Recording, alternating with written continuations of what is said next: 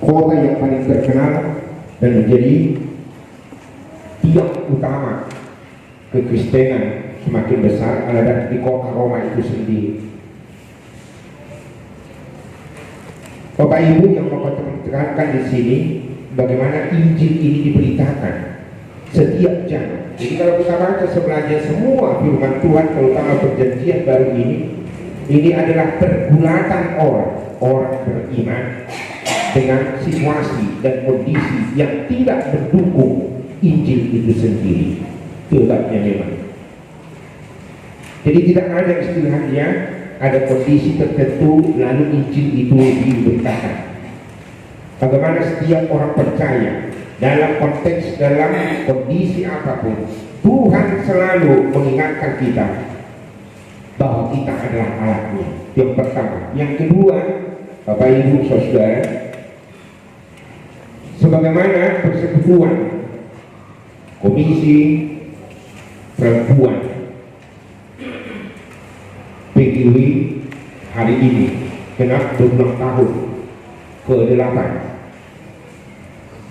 8 tahun tentu masih muda, masih kelas 2 SD ya, masih kelas 2 SD biasanya 7, 8 ya, bahkan ada yang kelas 1, ada yang kelas 2, masih muda. Tetapi kita percaya bahwa komisi ini adalah bagian dari kaum perempuan di gereja-gereja anggota PG di Bengkulu ini. Karena itu walaupun umurnya 8 tahun, kita percaya bahwa dengan umur 8 tahun organisasi ini, komisi ini, kita percaya bahwa komisi ini dipakai Tuhan menjadi alatnya. Dan puji Tuhan bahwa yang rutin melaksanakan kegiatan bulanan adalah komisi perempuan ini kami ikuti selama ini. Kalaupun ada komisi-komisi yang lain, komisi pemuda, pengurus secara bersama, atau gereja-gereja, itu adalah hanya bagian dari program-program yang sudah dijadwalkan tidak bulanan. Misalnya komisi pemuda itu hanya kegiatan-kegiatan tertentu, ibadah sambil pembersihan pantai atau yang lainnya, atau diskusi atau seminar. Komisi-komisi pemuda biasanya. Karena itu di umur 8 tahun ini memang adalah satu pujian, ucapan syukur dari pengurus dan anggota yang hadir hari ini dan juga semua perempuan yang ada di gereja. Karena Tuhan masih memakai persekutuan ini selama ini. Walaupun memang organisasi-organisasi atau persekutuan seperti ini ada musimnya bersemangat, ada kadang mungkin menurun dan seterusnya. Tetapi justru di sini kita ditantang menunjukkan eksistensi kita sebagai alat Tuhan. Mari kita kembali di 1 Timotius 3 ayat 11 ini. Kami akan baca demikian pula istri-istri hendaklah orang yang terhormat, jangan berfitnah, hendaklah dapat menahan diri dan dapat dipercaya dalam segala hal. Tadi kami sebutkan bahwa ini menunjuk sifat-sifat seorang wanita atau perempuan. Bagaimana Timotius, walaupun dalam hal ini Timotius seorang laki-laki, Timotius mau dipakai oleh Tuhan bukan hanya di dalam pelayanan penginjilan, tetapi menguatkan penginjilan itu, yaitu untuk memilih orang-orang yang melayani secara khusus di dalam pelayanan sosial. Ini menunjuk pada istri-istri, orang yang terhormat, istri yang terhormat. Ini diterapkan di dalam Timotius ini. Apa artinya istri terhormat? Kalau orang Batak selalu dikatakan seperti ini, anak buah, bahwa seorang perempuan Batak katanya adalah perempuan buru diraja, putri raja. Memang itu biasanya sebutan untuk perempuan Batak itu buru diraja. Seorang suami memanggil istrinya biasanya kalau romantis, Ale buru diraja, seperti itu. Jadi dia anaknya raja, burunya raja, putri raja. Apakah itu gelar terhormat? Bukan di sana arahnya, bukan di dalam gelar, bukan di dalam panggilan-panggilan seperti itu. Atau seorang wanita karir yang hebat, lalu dia disebut terhormat, menjadi petugas pejabat. Atau ada kriteria-kriteria fisik, harus tinggi, tidak bisa kritik, misalnya terbonding kalau kritik. Apakah itu terhormat? Apakah kriteria-kriteria seperti itu yang mau disebutkan di sini? Hendaklah istri itu orang terhormat. Ini dipakai di dalam istilah Ibrani 13:4. Perkawinan yang terhormat. Itu jelas di Ibrani 13:4. Apa itu perkawinan yang terhormat? Ada ajas kesetiaan. Dan itu menunjuk kepada perempuan, walaupun nanti kepada laki-laki ada nasihat tentang perkawinan. Hendaklah orang terhormat. Istri itu, ini sebenarnya hanya cukup satu kali aja kita baca, nanti jadi istri-istri. Demikian pula lah istri, hendaklah orang terhormat. Karena di dalam pemahaman Yunani itu jamak nantinya. Hendaklah istri itu orang terhormat, terhormat. Ada kesetiaan tanpa mengenal kondisi apapun. Itu terhormat, kesetiaan terhadap suami. Apalagi di tengah-tengah konteks Yunani ini, ada penyembahan berhala yang dihubungkan dengan, maaf ibu-ibu semua, dengan ritual seks suci. Ada penyembahan di dewa-dewa di Yunani. Dan sampai sekarang kalau kita lihat patung-patungnya orang Yunani itu selalu berbau erotis seperti itu. Dan itu sangat tinggi nilainya sebenarnya. Jadi itu adalah bagian dari filsafat orang-orang Yunani. Orang yang tidak mencemari tempat tidur, itu katanya di dalam perkawinan. Tetapi di dalam hal ini, seorang istri haruslah terhormat, adalah orang yang setia di tengah-tengah kehidupannya. Jadi dia yang disuruh setia, belum menuntut dari suaminya. Itu hebatnya memang. Dia setia tanpa melihat dulu siapa suaminya. Orang terhormat adalah orang yang mampu bertahan di tengah-tengah kondisi apapun, bertahan di dalam kesetiaan itu sendiri. Justru hari ini Bapak Ibu Saudara, kesetiaan kadang sudah sangat susah kita temukan. Ada orang memang perkawinannya hanya diikat. Ini bukan perkawinan itu, tapi saya mau memakai kata terhormat di dalam perkawinan itu sendiri.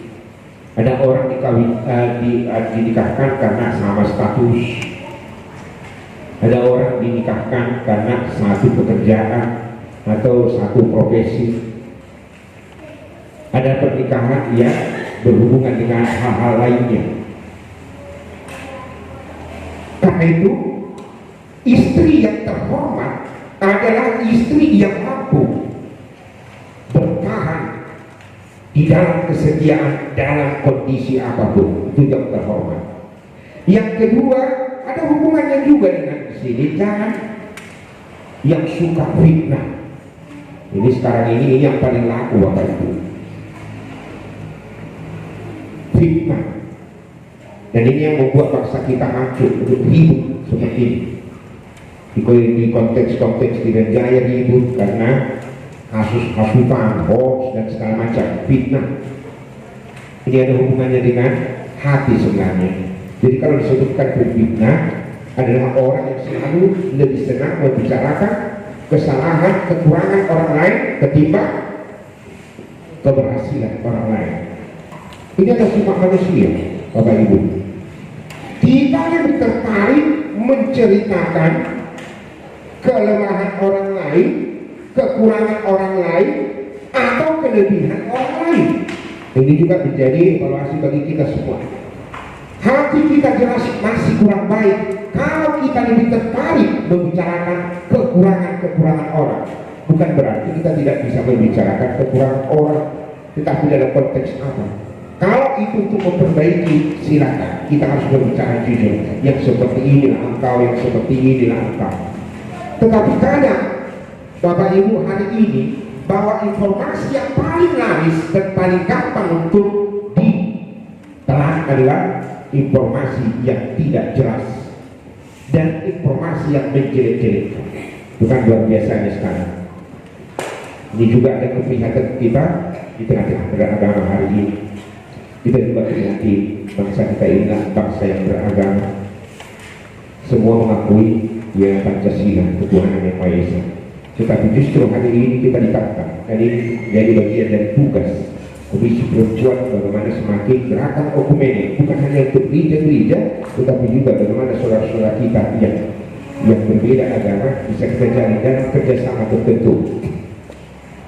Orang beragama hari ini, Bapak Ibu Saudara, kalau dulu agama itu mendekatkan, sekarang semakin memisahkan.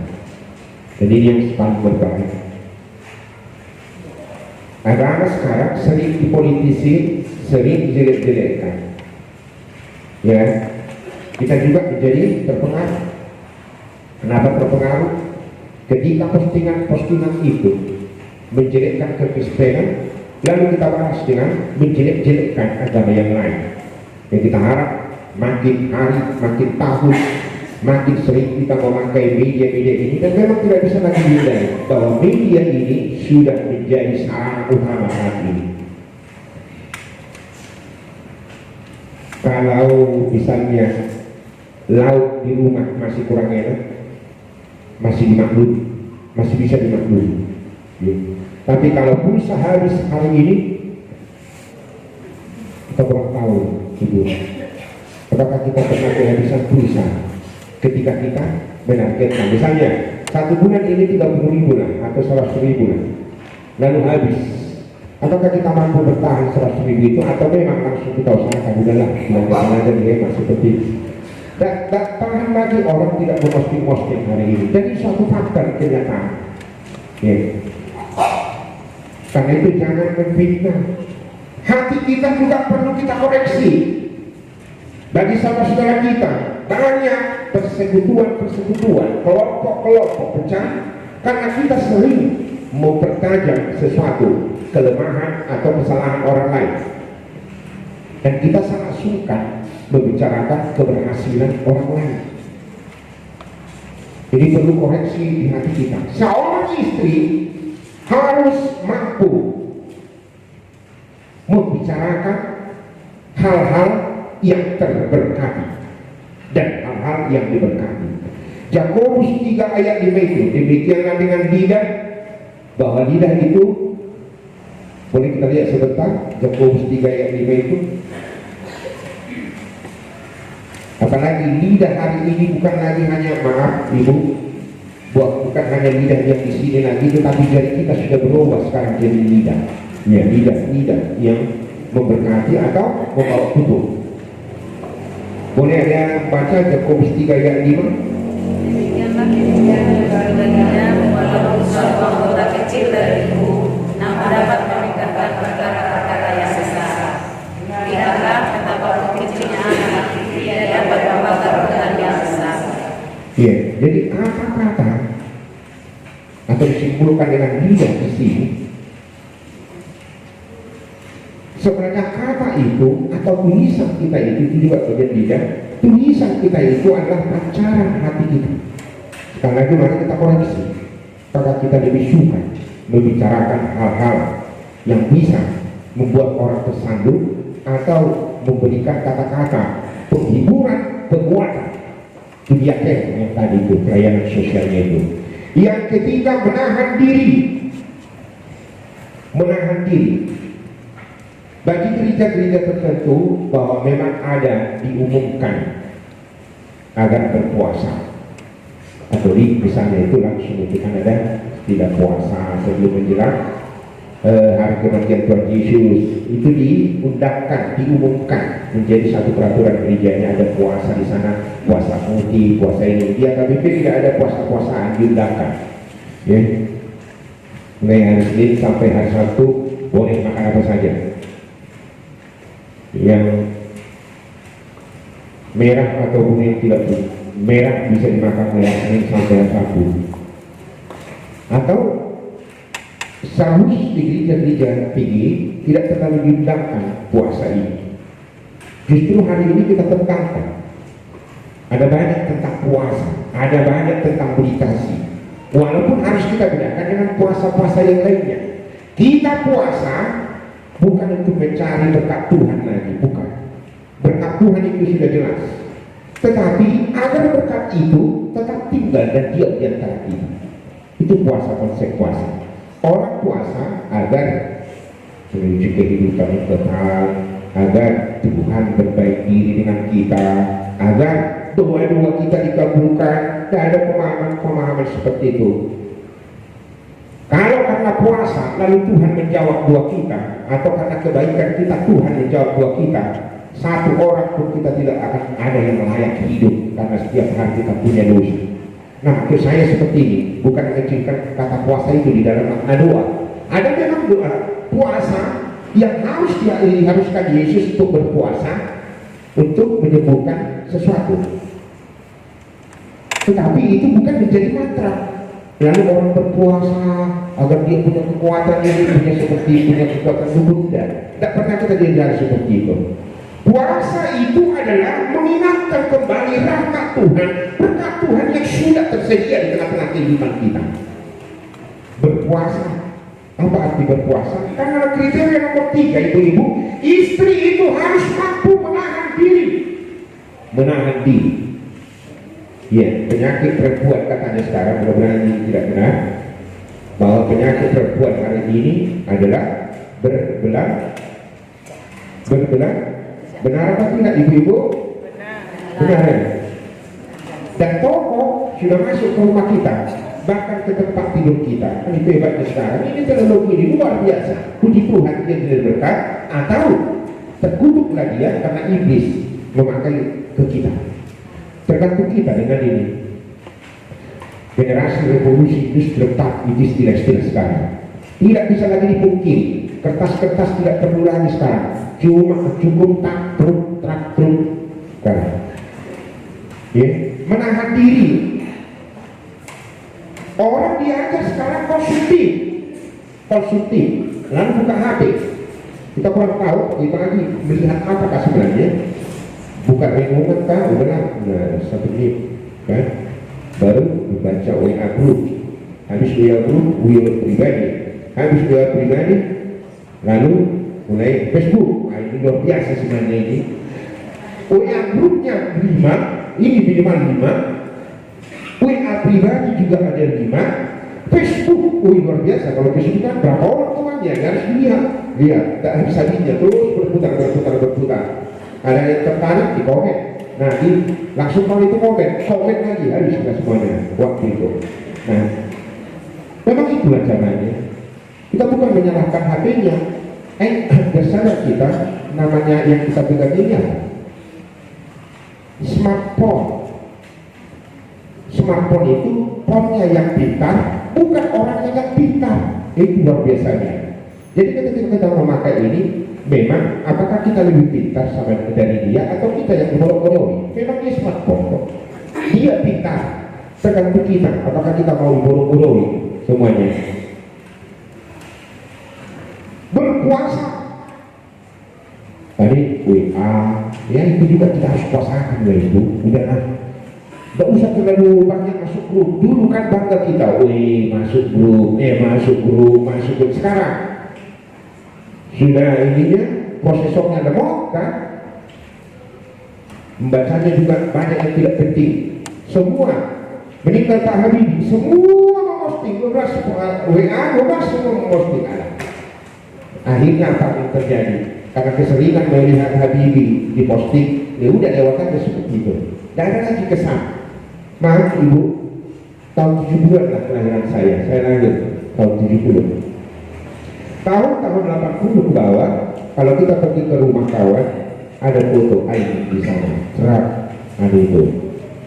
Langsung kita lihat, ini kau SMA ya, kan seperti itu, ini yang punya. Langsung disimpan lagi ke bawah meja, kan? Sekarang mari kita perhatikan, satu arsip pun tidak ada lagi di rumah kita. Sekarang bosan, penuh memori, buang semuanya, semua yang dibuangkan airnya dokumen-dokumen berharga kadang susah kita cari sekarang kan, sangat susah. Walaupun foto-foto orang Batak dulu, maaf ibu, karena kebetulan saya Batak, foto-foto album Batak dulu 80 hanya dua, satu perkawinan, yang kedua meninggal lumpuk, meninggal bapak, meninggal semuanya, nah itu semuanya banyak dan kembali ke Batak. Menahan diri, kita sekarang dituntut oleh Tuhan, masing-masing harus mampu menahan diri, karena sekarang dicocoki. Kalau toko jauh dulu, sekarang ke tempat tidur toko itu mau pas buka, tas kulit buaya, tas minyak sendok, tas segala macam, harimau bisa kita lihat semuanya. Yang palsu, yang asli, setengah palsu bisa semuanya, gampang besok bisa kita bisa. Itu terserah kita. Tapi ibu aku atau dia belanja, kan? Mall sekarang tidak lagi belanja kita di sana. Perbandingan harga berapa ya kira-kira seperti itu, Bibi? Iya, 350. Nah, 350 ini, lalu dia lihat di postingan, kan? 325. Udahlah, yang di mana kita pilih. Nunggunya lagi, ya risikonya lagi kan seperti itu. Mall itu sekarang sudah mulai habis. Karena apa? Karena memang itu hanya perbandingan harga. Jadi nengok kuali berapa di sana, berapa harganya kan? Menahan diri. Banyak memang fungsi positifnya. Toko-toko yang sampai di tempat tidur kita itu semuanya bisa dipesan hari ini, tinggal 2 hari.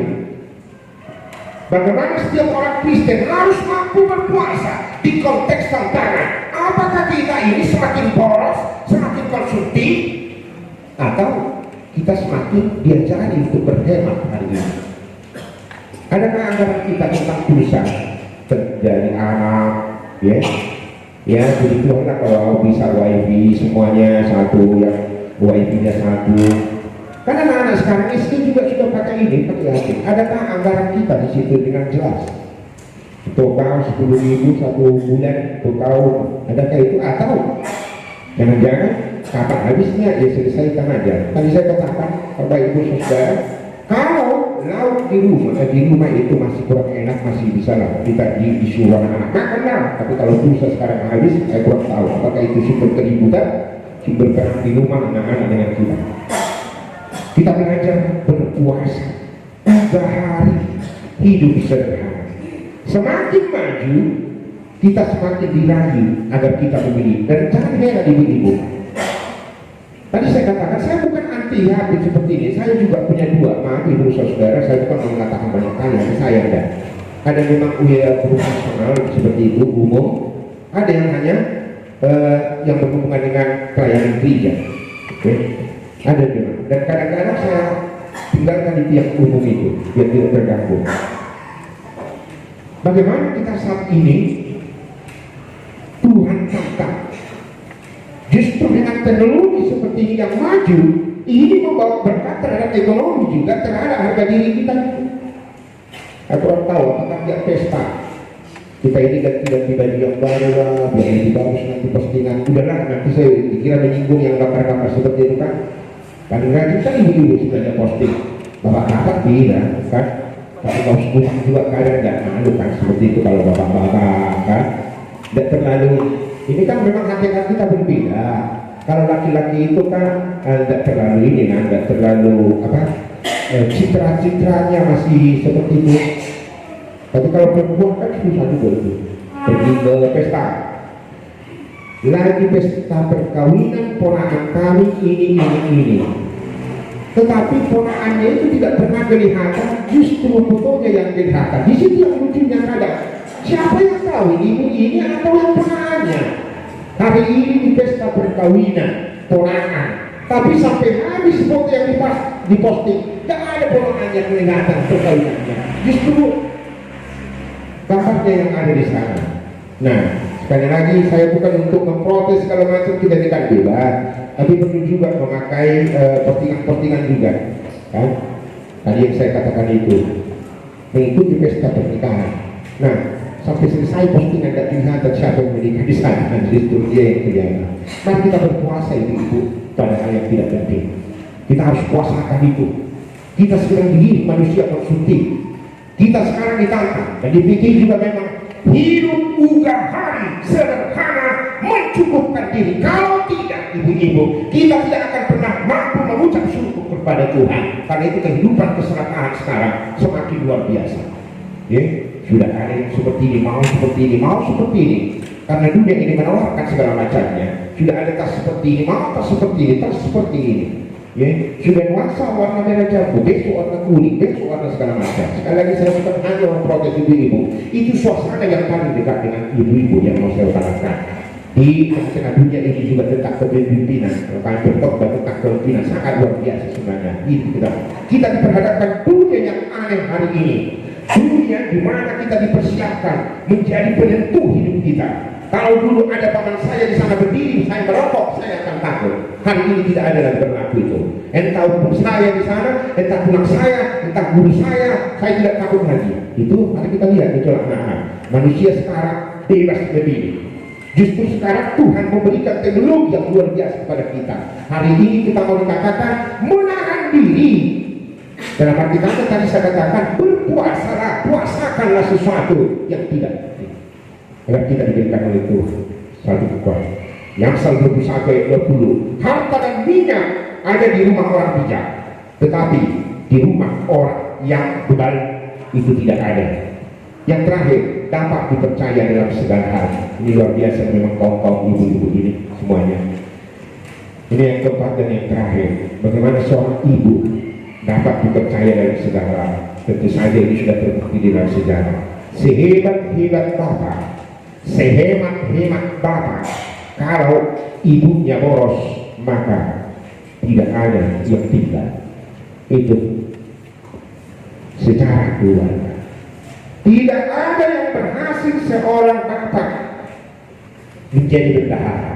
Jadi kita ini sudah punya hakikat sebenarnya diciptakan oleh Tuhan. Yang ada sih bapak yang mampu berhasil ya menyebabkan anaknya, tetapi itu bukan umum, itu khusus itu bukan menjadi kesimpulan.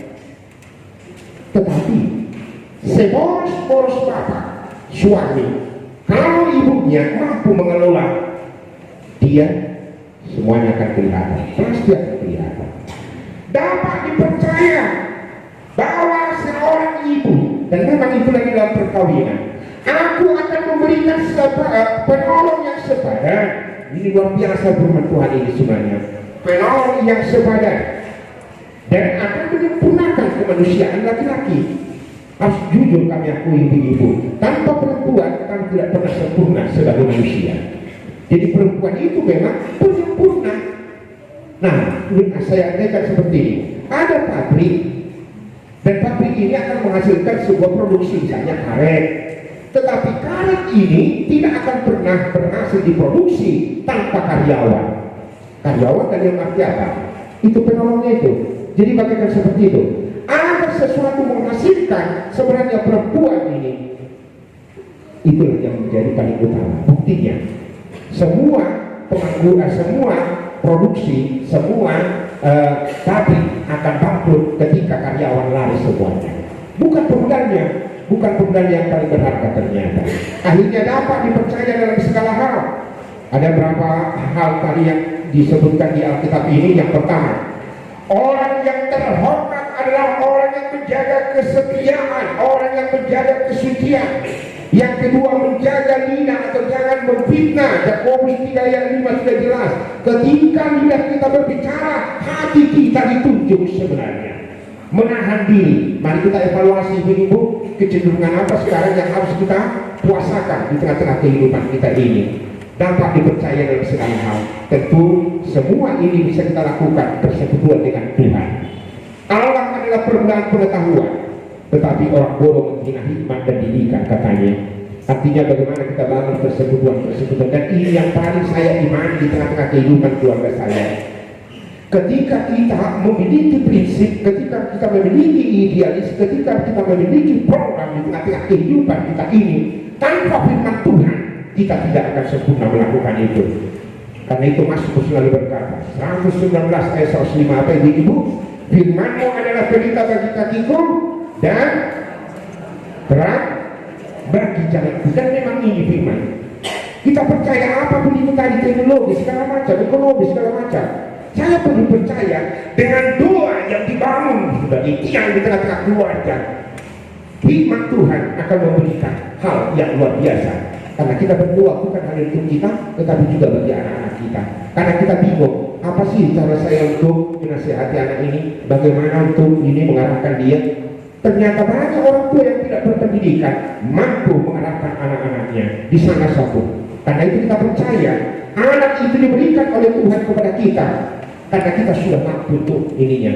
Tuhan tidak melihat SK kita, tidak melihat sarjana kita, tetapi kita percaya Tuhan hanya melihat persekutuan kita dengan Tuhan sungguh-sungguh. Karena dengan persekutuan itu, maka hikmat Tuhan akan selalu hadir di tengah-tengah kehidupan keluarga.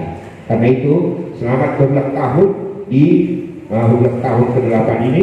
Tuhan memakai kaum istri yang pertama, kaum istri di rumah tangga, agar semakin diberkati, dan juga di tengah-tengah persekutuan ini juga biarlah komisi perempuan ini semakin dipakai Tuhan nantinya di dalam melaksanakan pelayanan-pelayanan kecil di Bengkulu ini.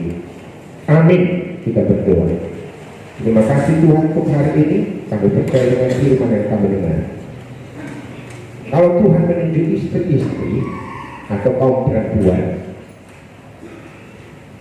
firman-Mu ini berlaku bagi setiap orang. Tetapi karena ini adalah persekutuan perempuan, kami aminkan firman ini. Hendaklah orang-orang yang terhormat yang setia dalam kondisi segala apapun menjaga kesucian keluarga dan juga setia terhadap Engkau. Karena itu berkatilah Tuhan hati kami, ingatkan kami Tuhan di setiap kehidupan kami, agar hati kami selalu jujur dan tulus dan murni. Karena apa yang kami katakan, apa yang kami pikirkan, itu adalah buah dari hati kami. Akhirnya Yesus telah menebus hati kami yang kotor, sehingga kami dimampukan untuk berpikiran bersih, dan setiap pikiran kami menghasilkan pikiran dan kata-kata yang memberkati. Apalagi di zaman ini Tuhan, kami percaya bahwa banyak sekali godaan terhadap kaum perempuan. Tentu saja, biarkanlah Roh-Mu mengajar kami untuk melihat kecenderungan hati kami hari ini. Apakah semakin konsumtif atau semakin memakai harta kami untuk mengembangkan kepribadian atau kemanusiaan atau iman kami, atau bahkan kami hanya lebih memikirkan apa yang indah oleh dunia ini. Karena itu hari ini kami diingatkan agar kami melihat kecenderungan hati kami, dan kami percaya Tuhan, hati kami ini selalu Kau arahkan ke hati Tuhan. Akhirnya setiap perempuan, secara khusus untuk hari ulang tahun ke-8 ini, bawa komisi perempuan ini yang Kau pakai menjadi alatmu. Biarlah mereka tetap setia bersekutu dengan Engkau. Karena ketika mereka bersekutu dengan Engkau, maka hikmat akan tetap tinggal. Dan kami aminkan firman bahwa firman-Mu itu adalah pelita bagi kami dan terang bagi jalan kami. Di dalam Yesus kami selalu mengucap syukur dan berdoa. Amin.